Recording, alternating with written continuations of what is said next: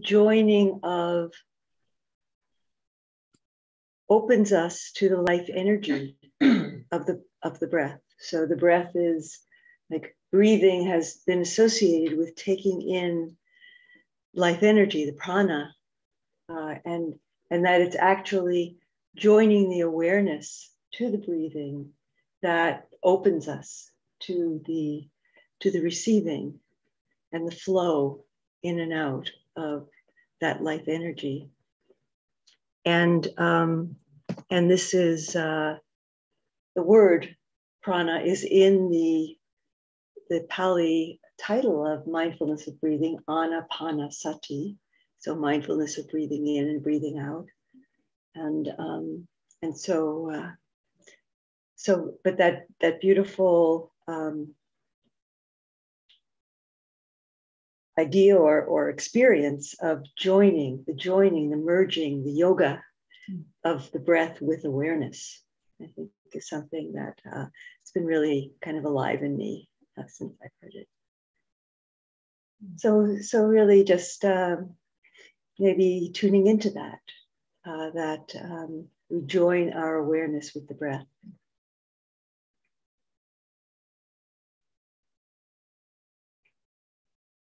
And we acknowledge that we are sitting on Mother Earth, that we are held, that we are supported by Mother Earth.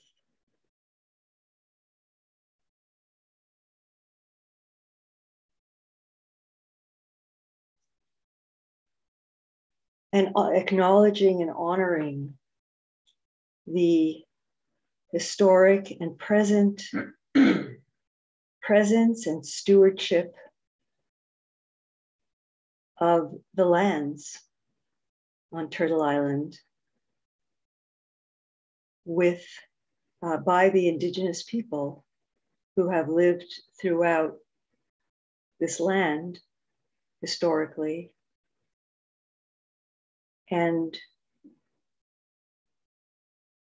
the bringing to mind, not with a sense of guilt, shame, blame, and terrible, but that acknowledging that the settling and the coming into these lands by the settlers that came from Europe and other places was done with such violence, and it lives with us still.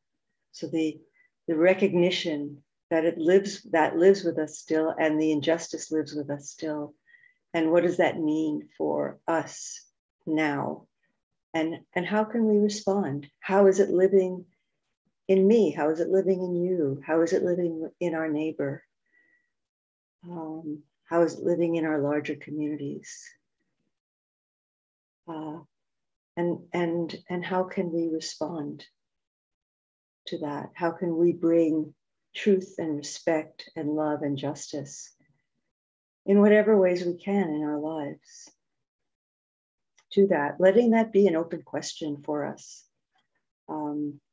Maybe it's an uncomfortable question. And I think it's whenever we bring our attention to Mother Earth, in some sense, that's there in our attention.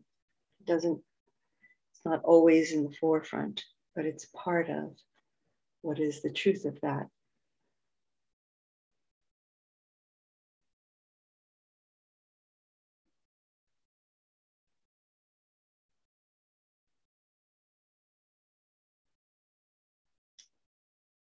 So here in Montreal, Chichaga, many Indigenous peoples, and perhaps we honor predominantly, or first of all, the Kyankpago or Mohawk Nation.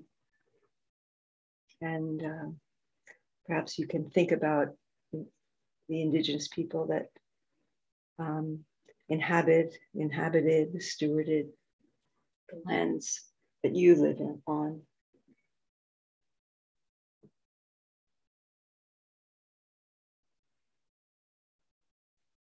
So we're going to begin by, as we usually do, by chanting the refuges and precepts.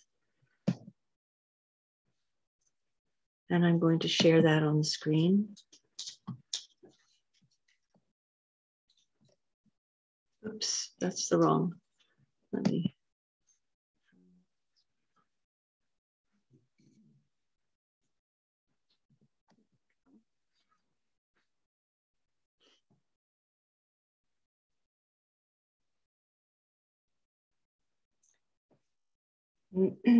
So yeah, if you're new to this chant, feel free to just listen if you want, or read the English part, reflect on it, what it means.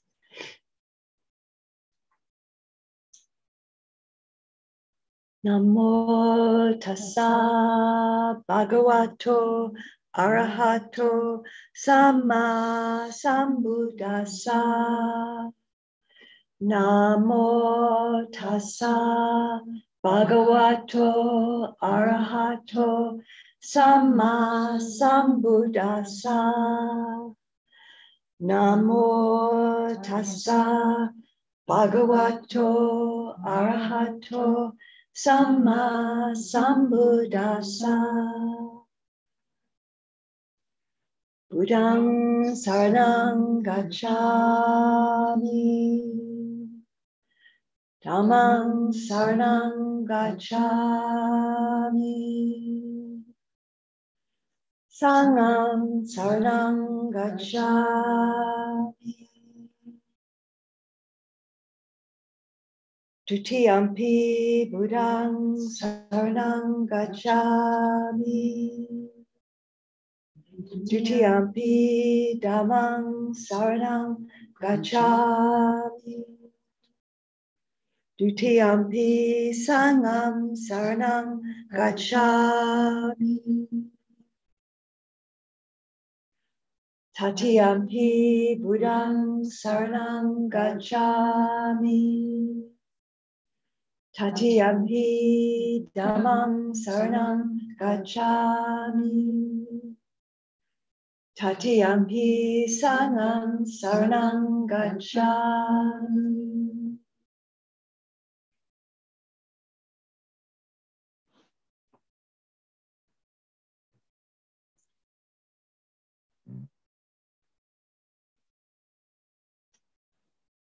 So yeah, as I usually say when we chant the precepts, as we reflect on these and chanting them out loud together in Pali, I mean, it's good to read the English and reflect on what that means to you, as if you're not familiar with the Pali. What does that mean to us, to each of us? Not only in what we refrain from doing, but how can we skillfully cultivate the positive qualities? So not destroying life, but supporting life, not taking what we have. Panati pata veramani sikapadam samadhiyami. Adinadana veramani sikapadam samadhiyami. Kamesu michachara veramani sikapadam samadhiyami. Musawada veramani sikapadam samadhiyami. Sura maraya maja pamadatana veramani sikapadam samadhiyami.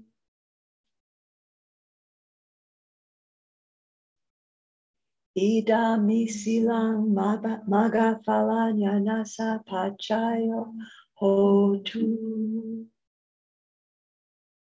Sadhu, sadhu, sadhu, anumodami.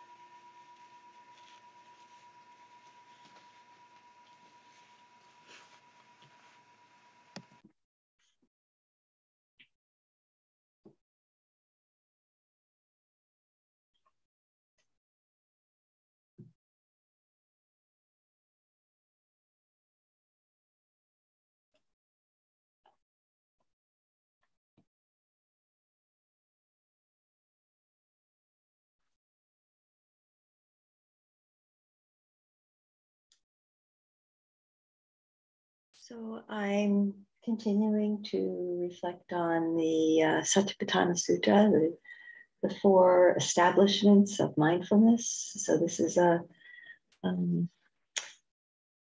cornerstone text of the early Buddhist tradition of Buddhism. It's one of the discourses that's known as a complete teaching that it has everything we need to awaken in this life as much as we can. It's an ongoing process of moments of awakening, which maybe illuminate our lives more and more as we go along. So and so we've been reflecting on the first chapter, which is the chapter on mindfulness of the body. And what I'd like to focus on today for a few minutes before we sit is the key insight in the whole discourse. What the Buddha is really trying, in so many skillful ways, so many doorways into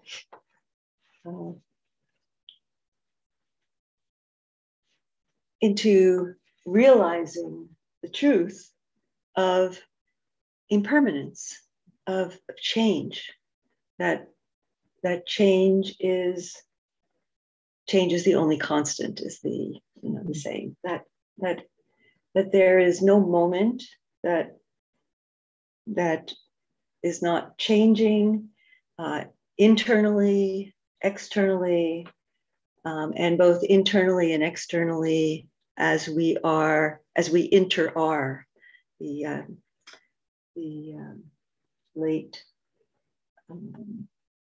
wonderful Thich Nhat Hanh, Vietnamese teacher, coined the term interbeing, that we enter-are. And every moment of our being, we enter-are with all of life.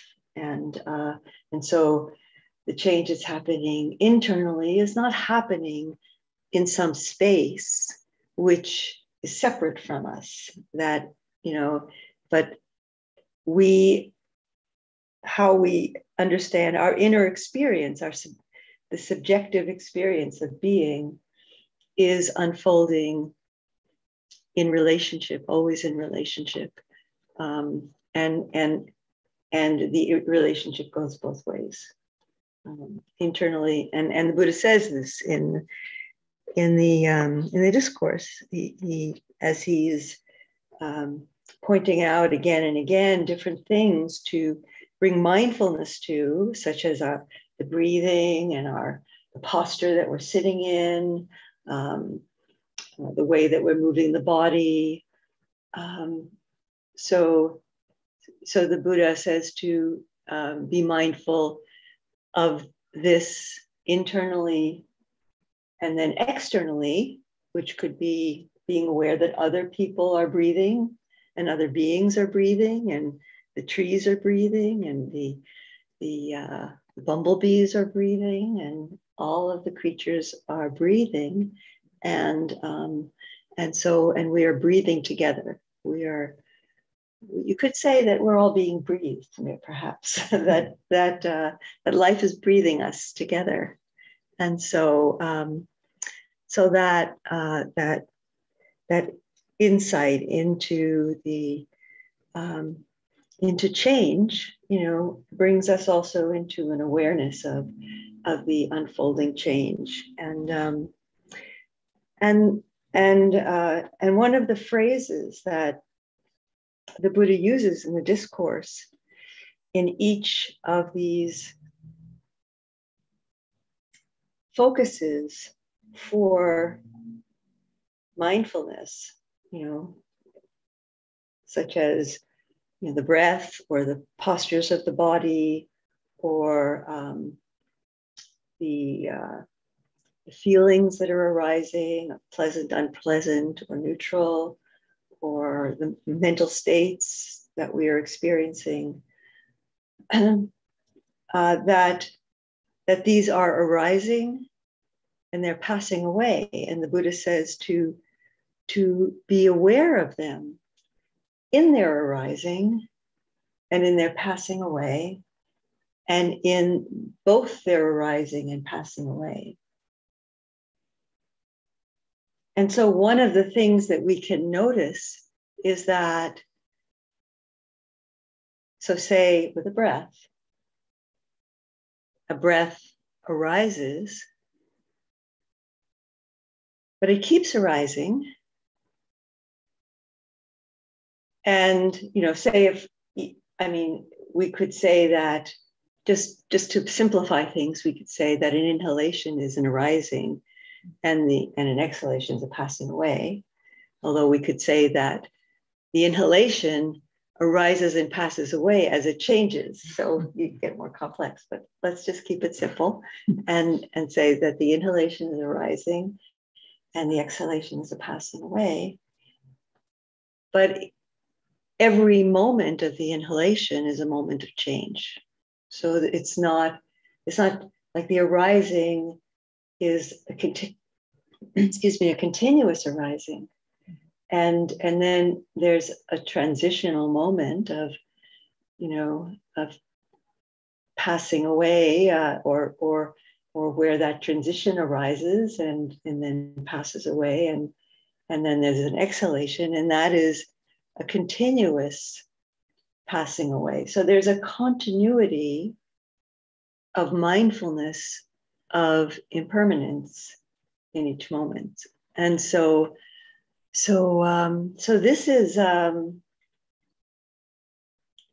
part of what we can cultivate, and it really develops our capacity to be steady in our presence, in our awareness, as we are with whatever we are being with, whether it's the breath or tuning into the body and discovering what is happening in the body, what's the energy of the body, what sensations are manifesting in the body, tuning into the heart, mind, what are the states that are unfolding, and recognizing that whatever we're experiencing, there's nothing solid. There's nothing that's solid, and we tend to identify so strongly with, especially with our thoughts or with our moods or with our emotions, and we may have a sense of feeling perhaps sad or isolated. I think isolation is something that during the pandemic a lot of people have felt a lot of the time, and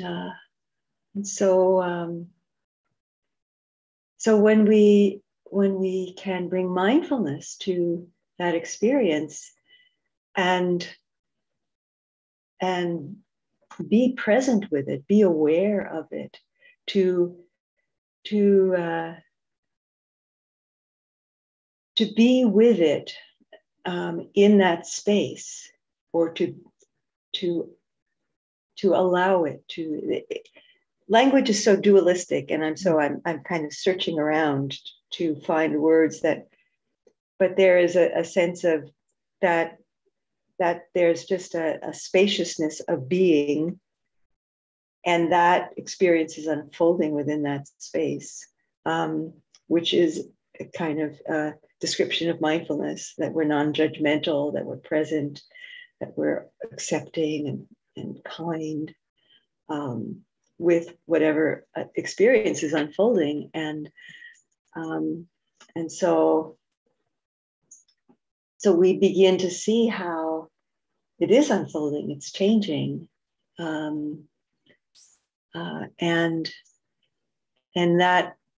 that openness and receptivity and attentiveness is allows whatever it is to continue to transform.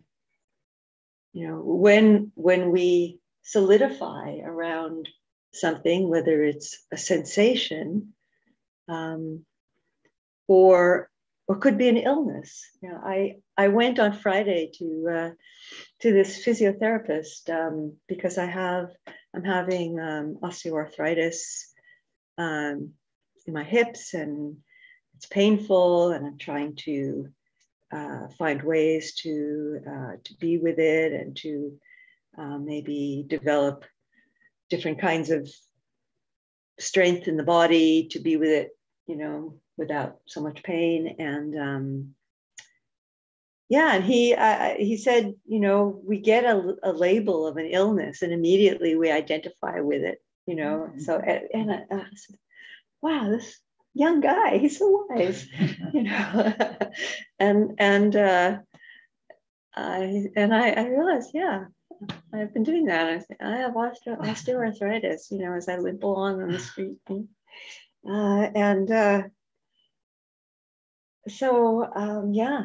So it's liberating to recognize that whatever that is, whatever that label is, it's that label, that word is something static, but the experience of being with whatever it is, whether it's an illness or a relationship that's changing, or a work situation or a pandemic, that it's changing and always changing. And so we can ask ourselves, you know, what our relationship is to that experience as it changes, you know, and can we give it space to change and to evolve?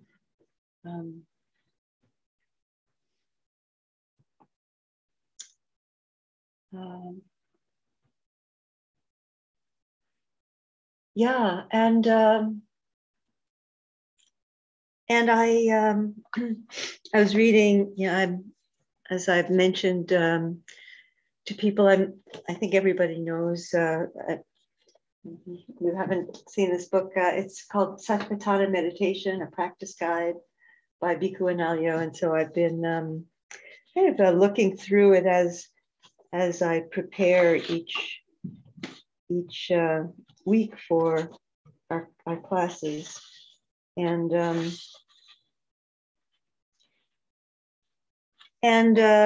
he talks about time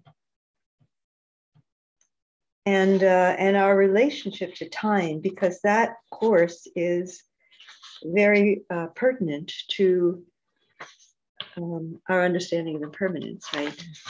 Because I'm not sure if I'm going to find the section on it here, so I'm just going to speak, I think, from my memory of, I won't.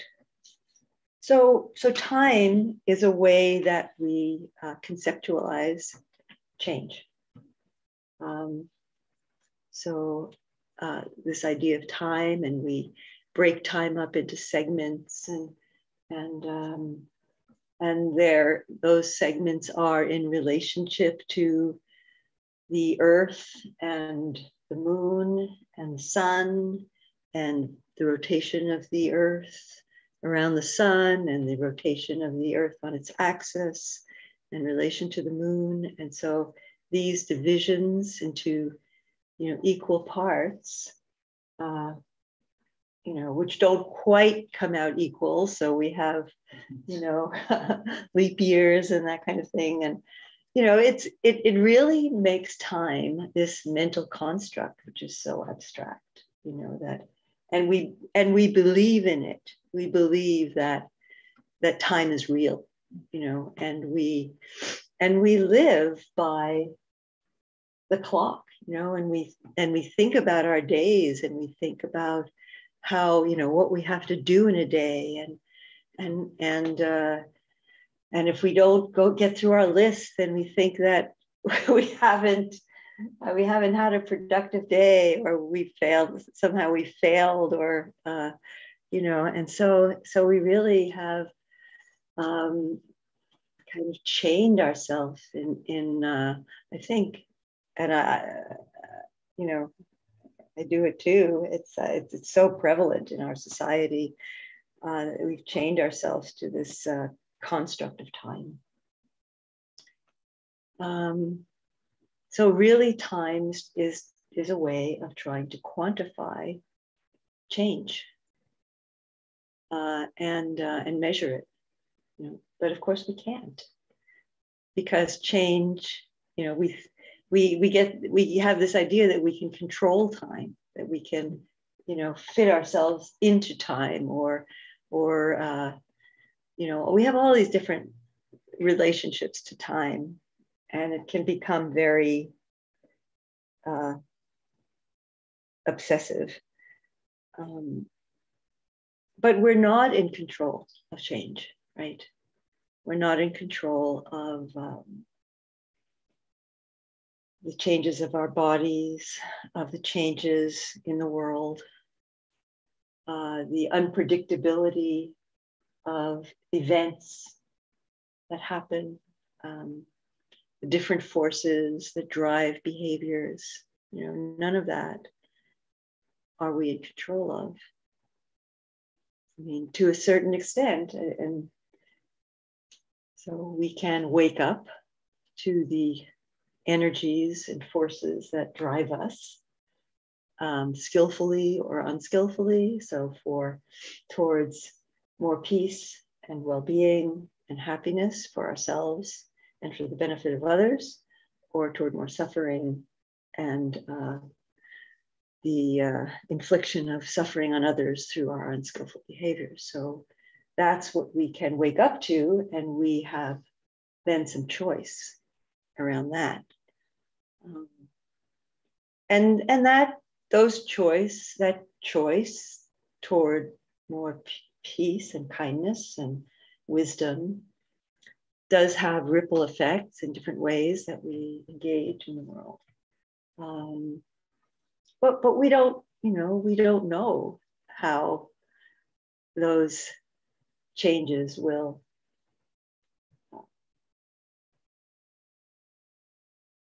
come alive, will manifest. So change is so prevalent. So it just saturates every aspect of life. We're not in control, and so just being aware of that, just coming into presence in the body, coming into presence in mindful awareness, attention, openness, letting go of our list of to-dos, and letting go of what we're holding about the past, letting go of what we're hoping and fearing about the future, and just arriving in presence is timeless. So it takes us outside of that construction of time. And it takes us into a kind of an openness, a boundlessness of presence. And that deepens as, you know, as we, and of course, it's not something that's linear, you know, because there are events out of our control. Sometimes, you know, the mind is just totally wrapped up and caught with all kinds of things having to do with past and future. And so that's something that we bring to our practice. That's something that we bring to our moment by moment practice of mindfulness and awakening to, you know, what is this moment and what is my relationship to this moment? Am I receiving it? Am I aware of it? Am I resisting it? Am I grasping it?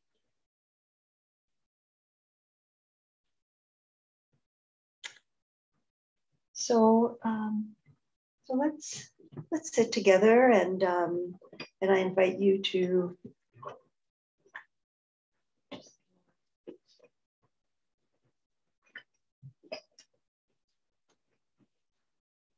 can't find my clock. So I'd like to invite you to just, you know, whatever's touched you, if something's resonated for you in some of the ideas that I've shared, bring that into your practice, and you know, of feeling the breath and being this embodied presence in each moment.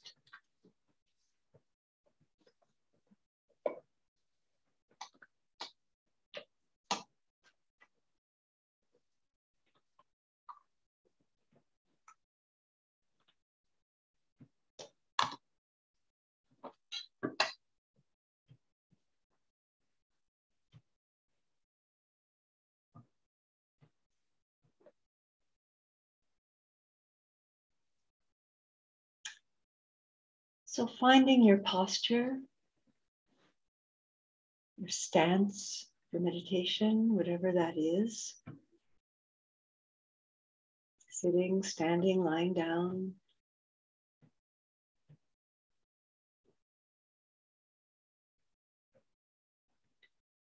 Finding a sense of balance and ease in that posture.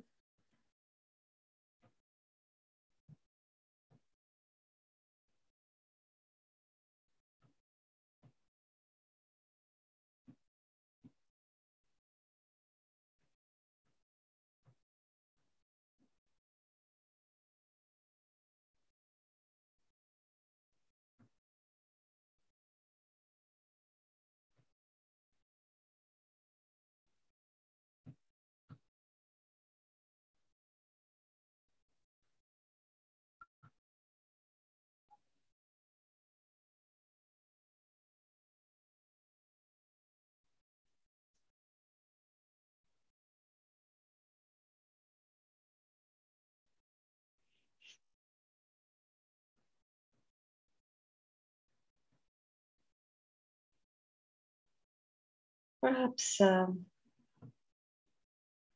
noticing the space that surrounds you.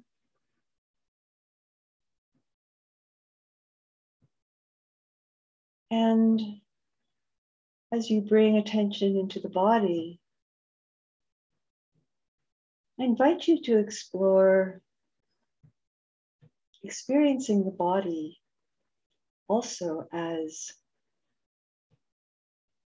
containing space, that there's a presence of space in the body, that it's not a solid object, that there's, in fact, we know from physics that the body is mostly space. So exploring, inquiry, like, oh, how do I experience the body as spacious? Is that an experience that I can bring, I can open to in some way?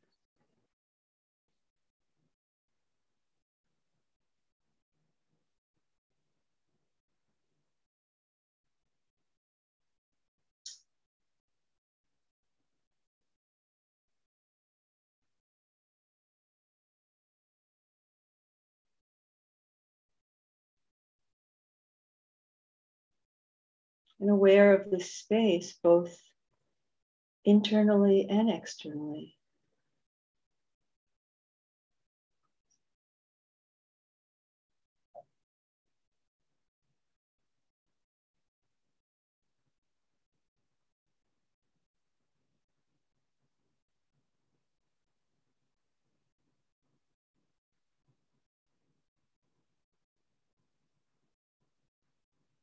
And the joining as we breathe, the breath rising and falling naturally. The joining of awareness with the breathing.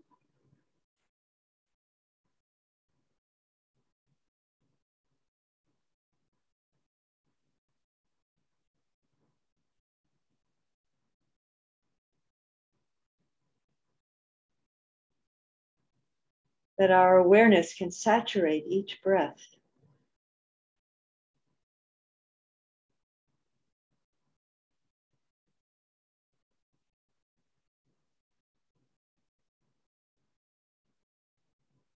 Or another expression that's often used is that awareness rides the breath. So however you experience that,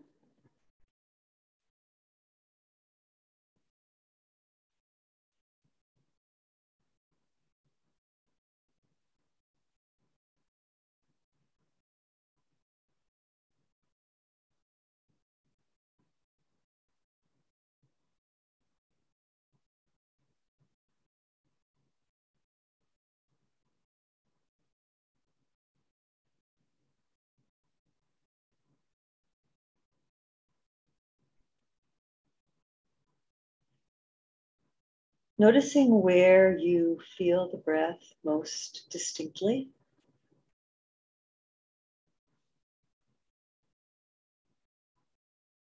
And at times, it may be helpful to bring a more precise and narrow focus to a particular place that we call an anchor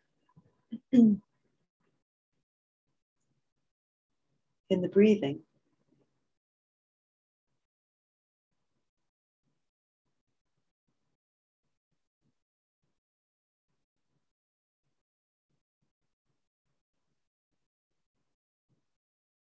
And when our attention becomes somewhat stabilized,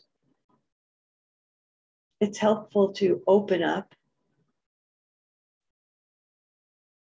the sphere of attention and feel the whole body breathing, having a sense of this whole body breathing. That the breath is a whole body experience.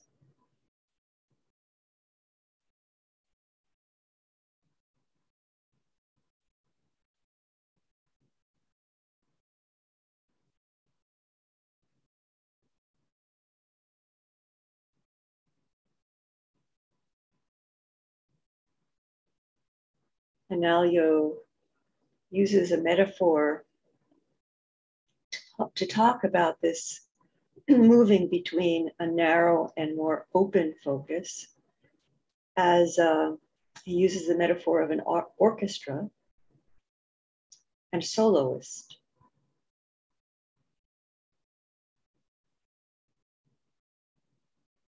So at times the orchestra is silent, or in the case of our attention, the whole body may be more in the background, and we focus on a particular experience, such as the breath in a particular place or a particular mental state.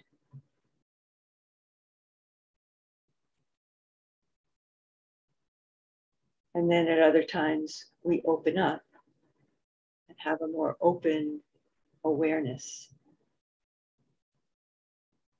which is resting in the whole body and also somewhat beyond the body and the space around the body.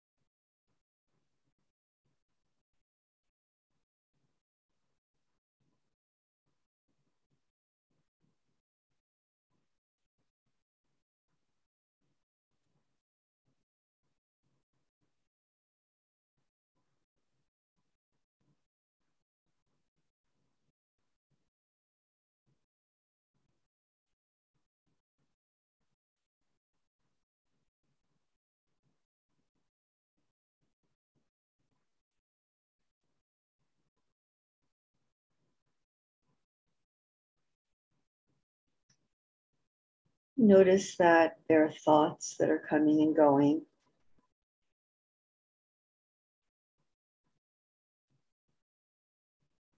And we don't need to push them out of our awareness. We can notice if our attention gets hooked on a particular thought, maybe a judgment or self-judgment or a memory or a plan, whatever it is, some kind of story about ourselves. And we can notice perhaps if there's a contraction in the body around that.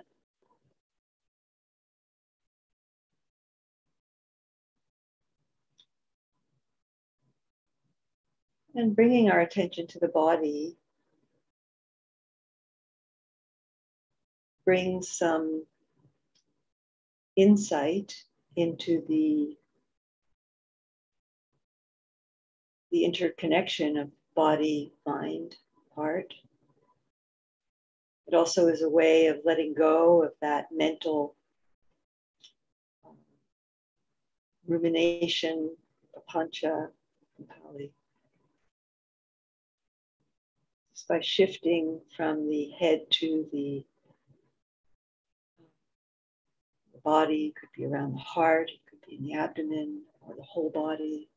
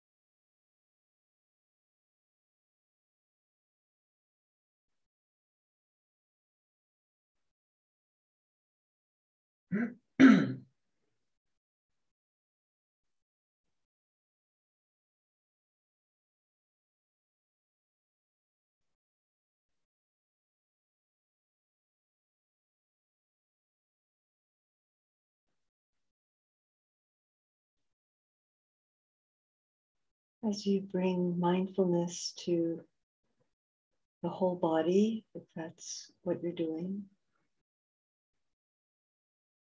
you might bring a curiosity, an interest, a kind interest as to if there are places in the body where perhaps very subtly there's tension or contraction.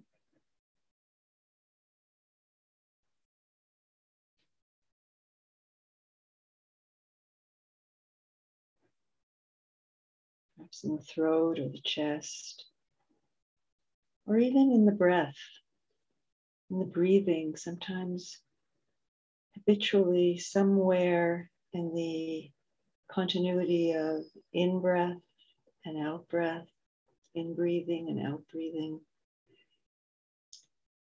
There's a place where the throat or the chest contracts at some point in the cycle. And just noticing that can invite a letting go, a loosening. Not that we have to make anything happen, but just bringing it into the light of awareness.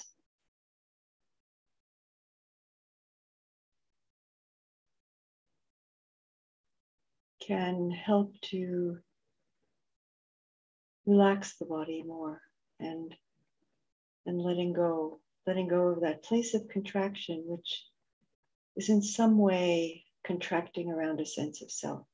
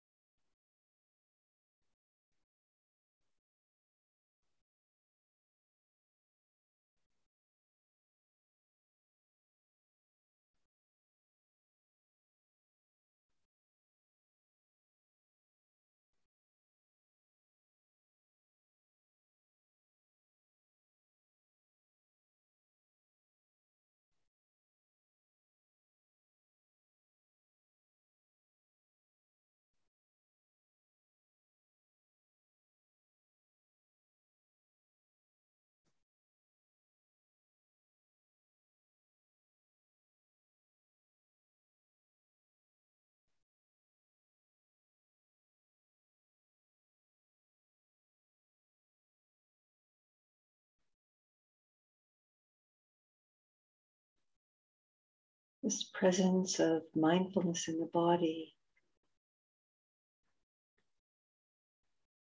even as the experience of the body, breathing, the body sitting, the body moving, is a whole orchestra of change, changing experiences.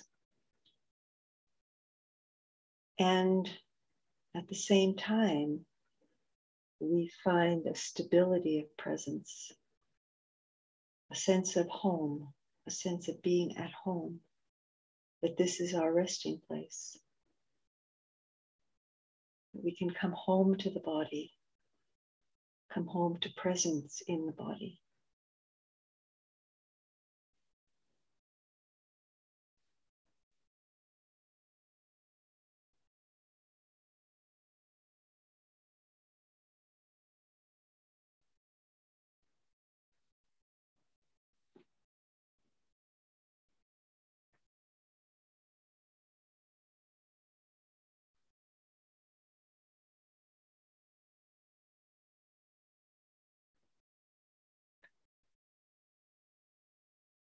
So for the last couple of minutes of the sitting, I invite you to bring the quality of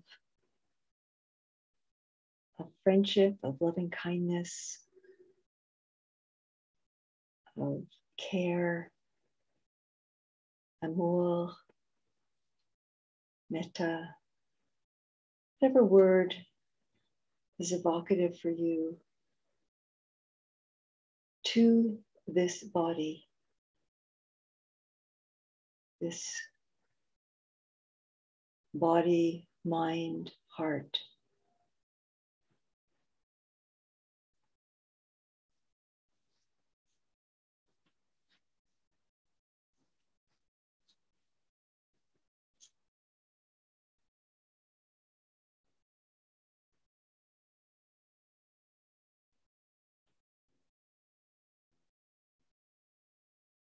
You might just breathe it in, silently saying the word love, and offering love to this body, mind, heart, being.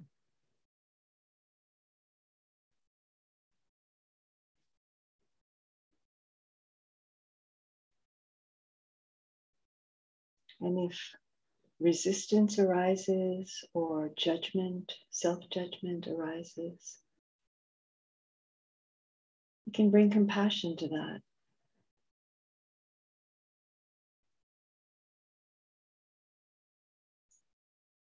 Loving gratitude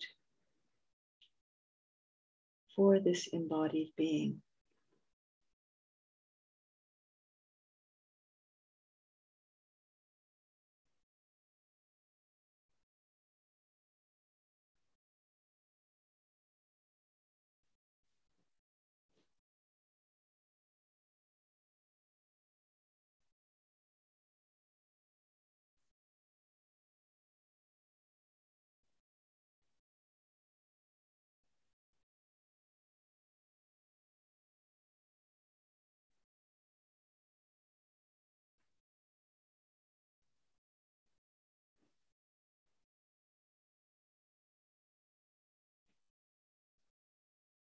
And as we come to the end of the practice, letting that kindness, that care, that friendship extend outwards in all directions. We could bring to mind somebody that you're particularly aware of in this moment, perhaps as that you'd like to send this caring attention to, an individual or a group of people, some people that you are aware of in a particular situation, extending the blessings, the goodness of our practice.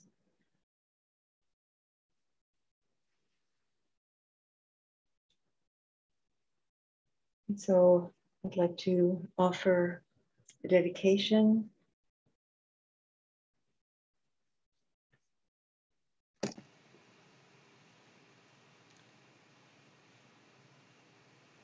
May the goodness, the blessings of our collective practice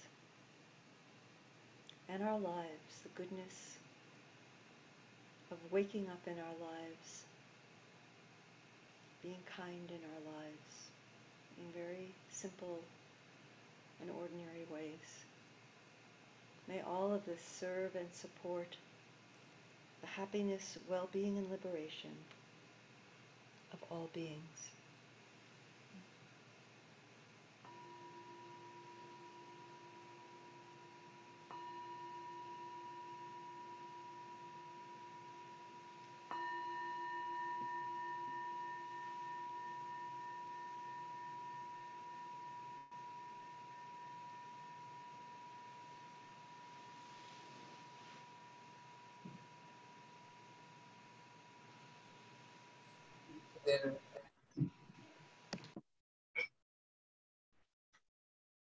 Thank you, Daryl. Thank you.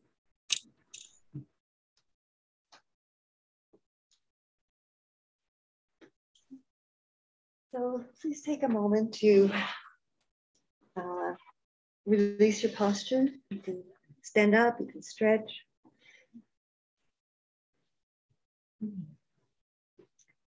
Are you finding it cold? I'm a little cold, but I'm okay. Yeah, close the window down to an inch if you want. It's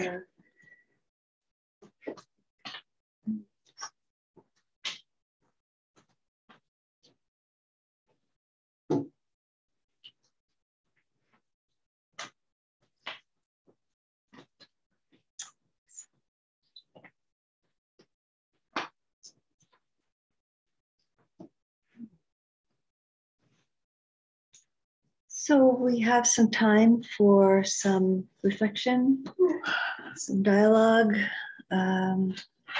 opening up what's come up for you, what's coming forward by way of a reflection. It could be a question.